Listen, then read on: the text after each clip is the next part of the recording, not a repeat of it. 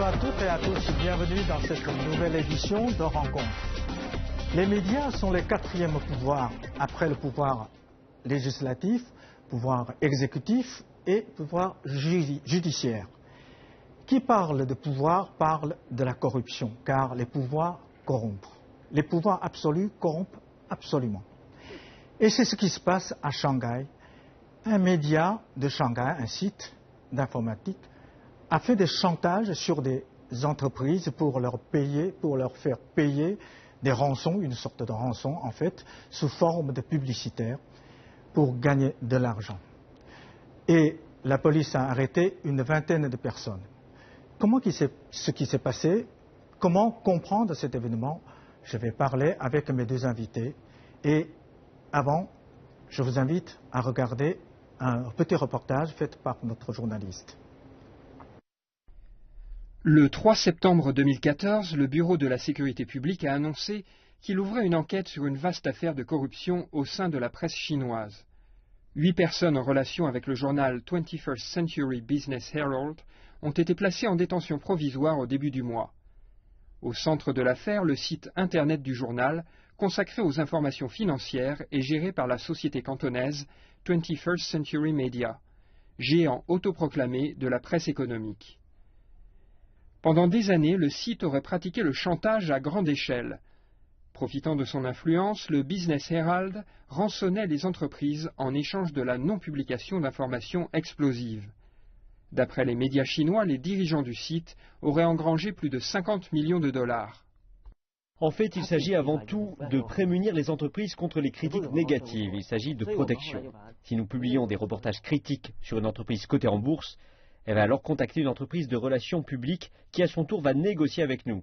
Le tarif pour supprimer les reportages est variable. Ça peut aller d'1 demi-million à 1 million de yuan. Le site internet contactait les entreprises et proposait de leur faire une publicité positive, moyennant le versement d'une grosse somme d'argent. A l'inverse, si les entreprises refusaient de payer, le site menaçait de publier des informations gênantes. Nous avons un ratio de 75%. Si 200 entreprises entrent en bourse une année, on compte que 150 d'entre elles vont collaborer avec nous. Si chacune de ces 150 entreprises paie 300 000 yuan, cela nous rapporte 45 millions. La police n'a pas précisé le montant des sommes extorquées, mais elles sont sans doute très importantes. Une enquête approfondie est en cours. Le 25 septembre, le rédacteur en chef ainsi que le directeur général du site 21st Century ont été appréhendés par la police. Bon, alors rebonjour et rebonjour. Aujourd'hui, mes deux invités, c'est Richard Hart. Vous êtes journaliste, d'abord à RTL, longtemps, France Inter, etc., etc. Et maintenant, vous êtes correspondant de Parisien à Pékin, et chaîne parlementaire aussi, et Paris Match. Bonjour. Bonjour. Et Ting Yifan, bienvenue, bonjour aussi. Bonjour. Et vous êtes économiste, et surtout, vous êtes journaliste vous aussi, ancien journaliste à l'agence Ceci Nouvelle, mais aussi correspondant d'un grand quotidien à Paris pendant plus de 6 ans, je crois. Oui, à peu près. Voilà. Bon, on a vu le reportage tout à l'heure. C'est quand même un phénomène assez particulier. Et ma première question est à Ting Yifan. Alors, comment ça s'est passé réellement, concrètement? Pouvez-vous nous raconter plus en détail comment une entreprise peut être soumise à cette sorte de chantage par des médias comme ça? En fait, depuis un certain temps, les médias prennent une importance de plus en plus en Chine, surtout aux yeux de l'opinion publique, parce que la Chine est entrée plus ou moins dans une phase, ce qu'on appelle de consommation de masse. Alors, les médias ont une influence énorme sur les consommateurs. L'image des entreprises. Non, sur les images des entreprises, sur le comportement des consommateurs. Et certaines, il y a toujours des malfaiteurs dans la presse aussi. Surtout lorsque l'économie chinoise est entrée dans une phase d'accélération, eh bien, les gens s'envient les uns les autres. Les uns, dans un secteur déterminé, font rapidement fortune, les autres vont essayer de faire la même chose, et les gens de la presse les journalistes essaient d'utiliser, de tirer profit de leur position sociale, de leur soi-disant autorité sur les consommateurs. En fait. C'est ça, pour essayer d'escroquer, en fait. Comment ils ont essayé d'escroquer les entreprises, surtout les entreprises qui veulent être cotées sur la bourse. Les entreprises cotées sur la bourse ou qui veulent être cotées en bourse font très bien attention à leur image. Donc les médias proposent des reportages positifs ou négatifs. Oui. Ou carrément inventent des mensonges, inventent des rumeurs sur l'image d'une telle entreprise ou d'une autre. Et en contrepartie, le site, le 21e siècle, le reportage au 20e siècle, oui. Fait chanter des entreprises, fait chanter des chefs d'entreprise.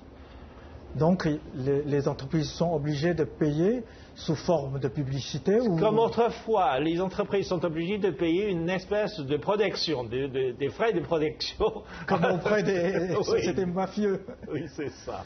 Bon, Richard, cette sorte de phénomène, ça n'existe pas apparemment en France. Je pense vraiment pas. Non. Ce que je considère en écoutant Denny Fan, c'est que il y a en Chine un système qui s'est développé assez vite, peut-être un petit peu trop vite, de médias modernes et qui n'est pas tout à fait mûr. Ils ont des réflexes à l'intérieur de ces médias qui sont difficilement imaginables en Occident, aussi bien dans les pays anglo-saxons qu'en France. On n'imagine pas des journalistes faire un chantage à une entreprise parce que celui qui ferait ça, son voisin dans l'entreprise le verrait et immédiatement il y aurait des conséquences, ça s'arrêterait vite. On connaît quelques cas où il y a eu de la corruption lorsque, par exemple, dans le domaine touristique, c'est assez connu, des entreprises de tourisme offrent des voyages pour des reportages à des journalistes. Donc ils font des reportages positifs. Et oui, en général, ils font un reportage négatif.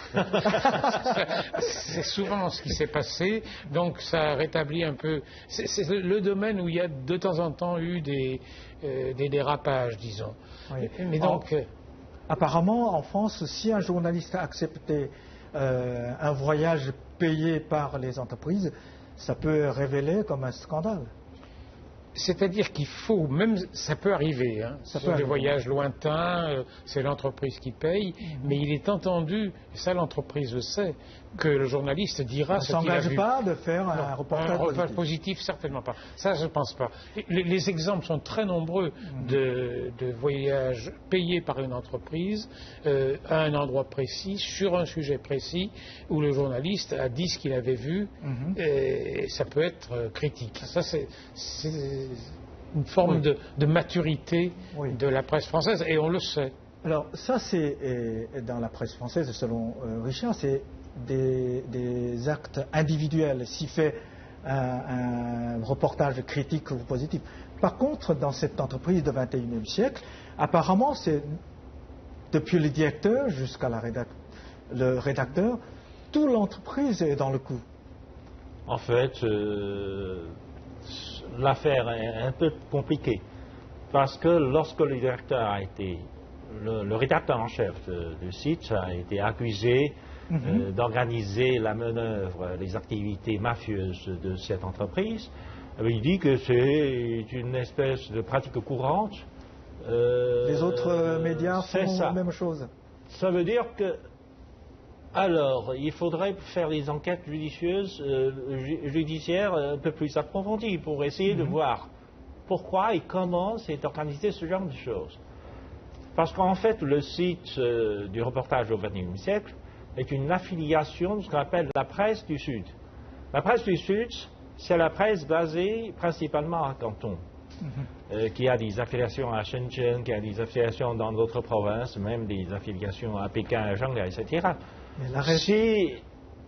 si le rédacteur dit que ce genre de pratique est une pratique courante, alors il faut se demander, est-ce que ce genre de choses existe partout ou seulement dans la branche de la presse du Sud?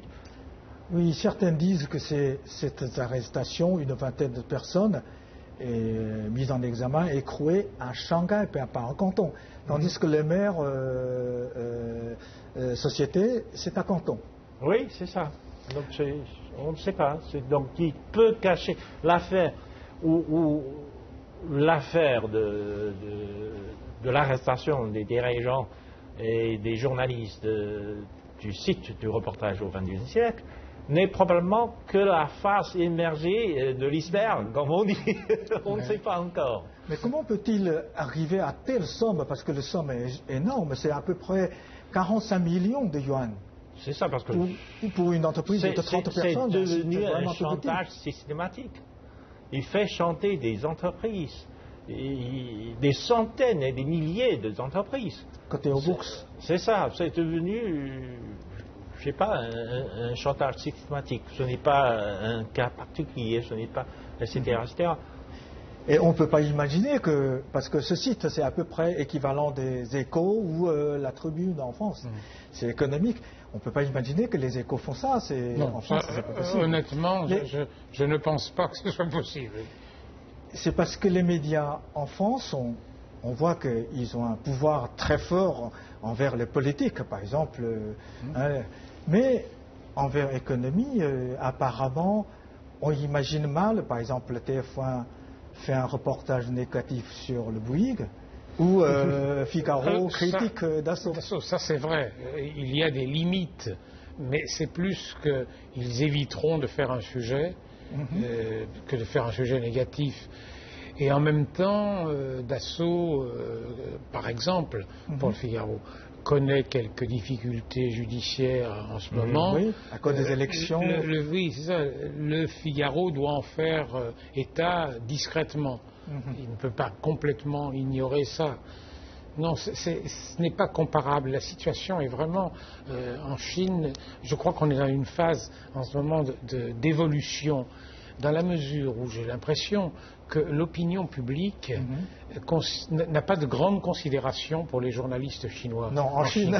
Et ça, c'est vraiment embêtant. Oui. C'est-à-dire qu'il faut que la presse chinoise réagisse, montre qu'elle est capable de travailler comme dans d'autres pays.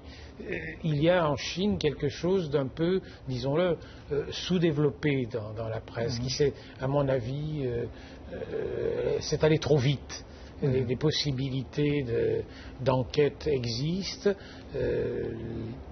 Je pense que quand même on peut travailler normalement, même sur l'économie en Chine, et il y a des gens qui ne le font pas. Et ça déplaît beaucoup aux Chinois, aux lecteurs. Lecteurs ou téléspectateurs ou auditeurs. Il y a un effort considérable à faire dans ce domaine et qui doit venir, à mon avis, d'abord de la profession.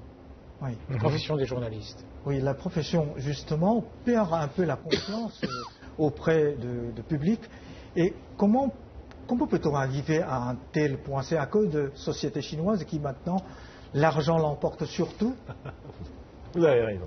En fait, depuis un certain temps, tout va très vite, un peu trop vite. Les gens perdent un peu le sens de la vie, le sens d'orientation, etc., etc. L'argent vite est devenu quelque chose de rigueur. Pour gagner le plus rapidement possible, le plus possible. Comme s'il y avait une peur que ça n'aille plus aussi bien après. Avoir l'argent vite, c'est assez étonnant pour la société chinoise. Alors que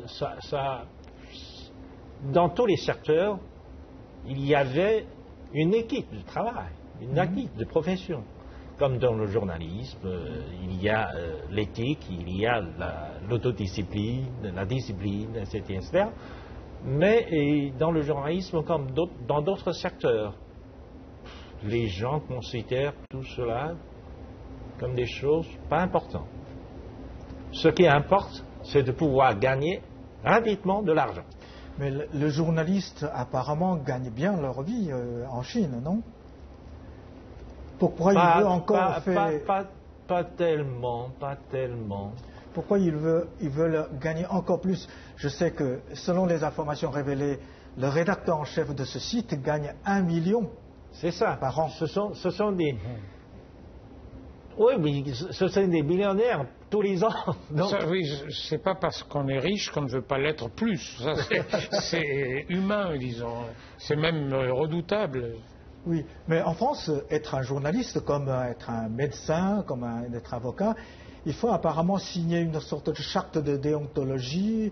Il faut... Non, c'est pas vraiment. C'est une conversation qu'on a quand on est embauché avec la direction du journal ou de la radio ou de la télévision, mais ça ne va pas par quelque chose de signé. D'accord. C'est suffisamment imbriqué dans la façon de travailler qu'il faut être honnête, en fait, tout simplement. Et raconter. Ensuite, vous parliez des salaires des journalistes. Est-ce que les journalistes en France gagnent encore plus? Non, ils ne gagnent pas tellement, mais c'est compensé par le pouvoir qu'ils ont, en quelque sorte. L'intérêt du métier, et puis le fait qu'un papier, ça peut faire du bruit, ça peut déclencher quelque chose. Moi, je connais beaucoup de journalistes en France qui sont passionnés par leur boulot, qui gagnent leur vie correctement, mais pas plus, et qui fonctionnent comme ça depuis des années. Oui. Après, les rédactions fonctionnent plutôt bien dans une période qui n'est pas facile en France sur le plan de l'économie. Il y a beaucoup de licenciements. Oui, ça c'est quelque chose de redoutable. L'état de la presse pourrait évidemment dans l'absolu favoriser des demandes d'argent à certaines personnes qu'on va interviewer ou quoi encore, mais ça n'arrive pas vraiment, ou c'est extrêmement limité, quoi. Ça ne se fait pas. C'est la tradition ou c'est la déontologie professionnelle ou c'est un peu les deux. Un peu les deux. La tradition, puis encore une fois, on voit mal quelqu'un qui se lancerait dans des demandes de rançon. Je veux dire, il serait repéré par les autres assez vite. Et puis surtout, ceux à qui il demanderait une rançon le diraient tout de suite. Ça ferait un scandale considérable. Oui, il va porter plainte, il va... La justice... Je pense que le cas en France est complètement de ceux de Chine. En France, il y avait des groupes de presse qui étaient dits indépendants. C'est-à-dire des groupes de presse autogérés par des journalistes, par des personnes de la presse, etc., etc. Mais depuis, une dizaine, voire une vingtaine d'années, successivement, les groupes de presse dits indépendants ont été plus ou moins rachetés par des entreprises. Comme Le Monde par Berger, comme Libération par... C'est un excellent exemple. Prenons Le Monde. Il est arrivé que Berger soit mécontent de ce qui était écrit dans Le Monde, que lui-même a fait un article disant qu'il n'était pas d'accord avec ce qui avait été écrit dans Le Monde, ce qui est quand même un comble. Quand la possession par des grands capitaux de certains journaux, ça oblige le grand capital en question à respecter l'indépendance du journal. On en est là en France. C'est très rare qu'il puisse influencer directement les journalistes. Et Pierre Berger ne peut pas licencier le journaliste qui a écrit l'article. Je sais pas, mais... Oui, mais je veux dire que pour le moment, apparemment, il y a encore une contradiction entre l'indépendance d'esprit des journalistes et le contrôle la propriété des presses ou de la presse par le capital.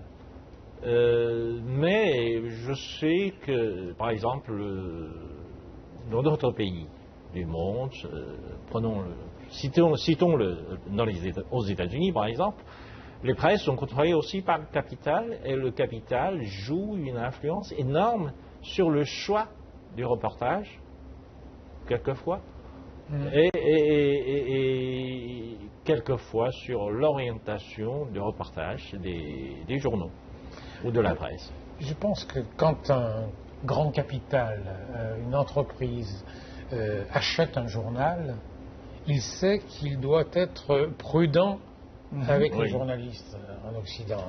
Enfin, il faut faire très attention à ne pas les heurter, à ne pas choquer. C'est un dialogue qui n'est pas facile. Et bon, dans certains cas, ils arrivent à faire un sujet qui plaira au capital en question. Pas si souvent, à mon avis. Mais le moment où Rothschild a investi dans Libération, on a réussi à écarter Serge July de la direction. Oui, mais Serge July était contesté par la rédaction. C'était une autre période, on changeait d'époque complètement.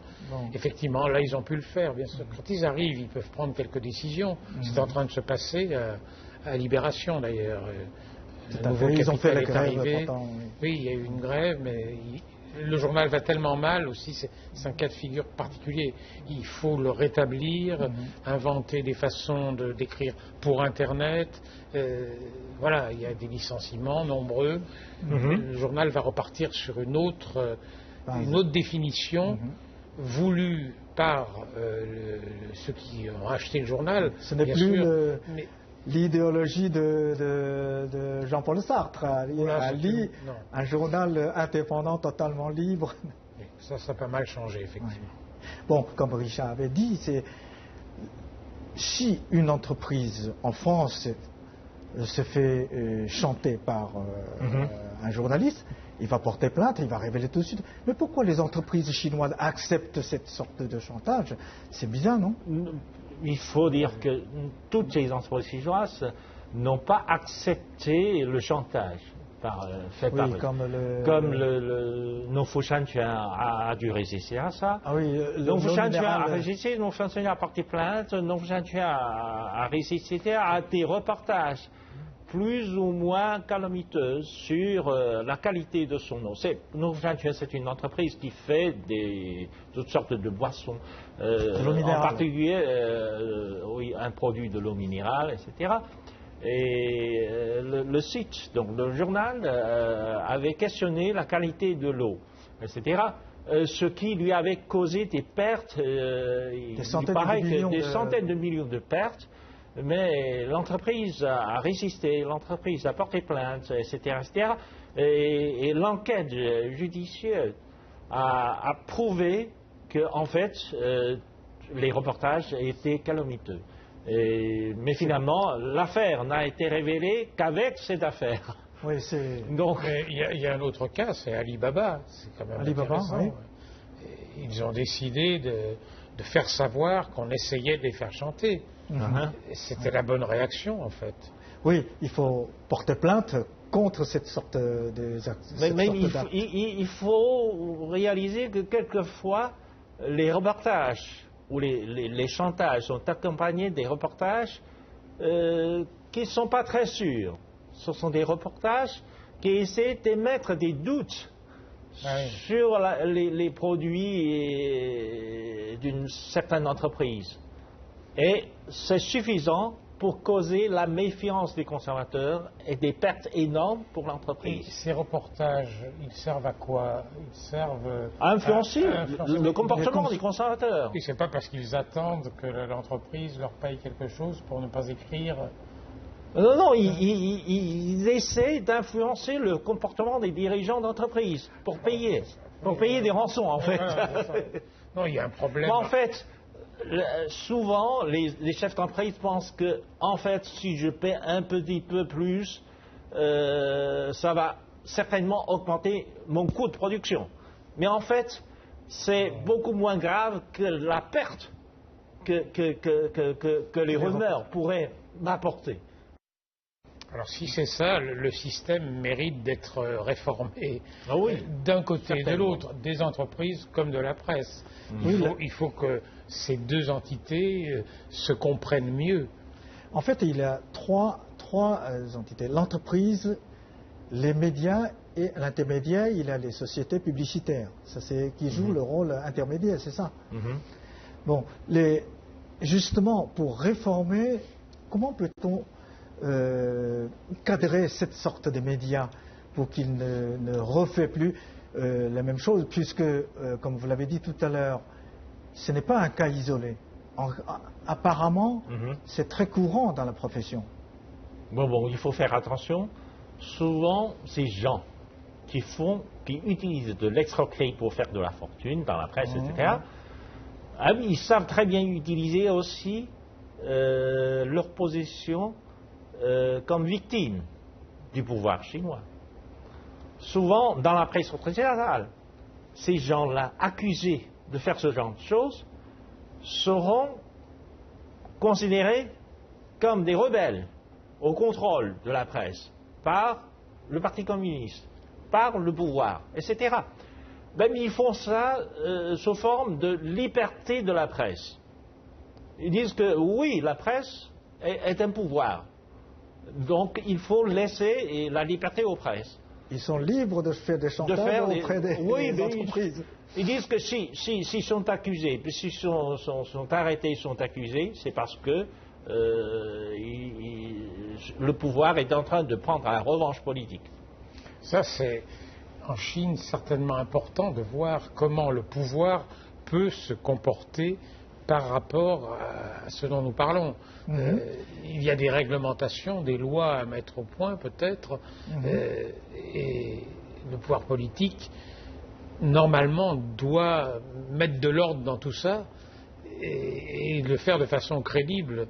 Et je pense que c'est important aussi. En ce moment, en Chine, on voit bien, il y a un contrôle des fonds publics, de la corruption. Dans le domaine des médias, il faudrait, de façon crédible, que le pouvoir puisse mettre son nez dans l'affaire. Oui, apparemment, c'est une affaire très compliquée. Les médias chinois, jusqu'à maintenant, dans une phase très très instable, apparemment. En même temps, ils perdent confiance du public, mais en même temps, ils n'arrivent pas à faire leur métier. C'est ça qui est embêtant. Non, pas seulement ça, parce que le site Reportage au XXIe siècle est né d'un journal. Comme un papier, les journaux, la presse écrite, etc., se font concurrencer par les sites d'Internet, etc., se font concurrencer par d'autres choses. Donc, il n'y a pas qu'en Chine que c'est vrai. Il n'y a pas qu'en Chine. Mais en Chine, c'est un cas particulier parce que les jeunes ne lisent plus les journaux en papier. Ils lisent, c'est ça. Ils obtiennent leur information d'après des sites de presse, etc. Les informations n'étant d'ailleurs pas toujours sûres. C'est ça. Les informations sur l'Internet, sur le site, ne sont pas toujours très fiables. C'est là où on voit l'importance de vrais journalistes qui travaillent de façon crédible et qui font de vraies enquêtes, ce qui n'est pas toujours le cas sur Internet. Les médias traditionnels ont créé un nouveau média, une sorte de Frankenstein qui est en train de revenir sur... Bon, aujourd'hui, on n'a plus le temps, on s'arrête là et je vous remercie beaucoup pour votre éclairage. Bon, merci aussi pour les téléspectateurs, pour votre fidélité. À la prochaine fois.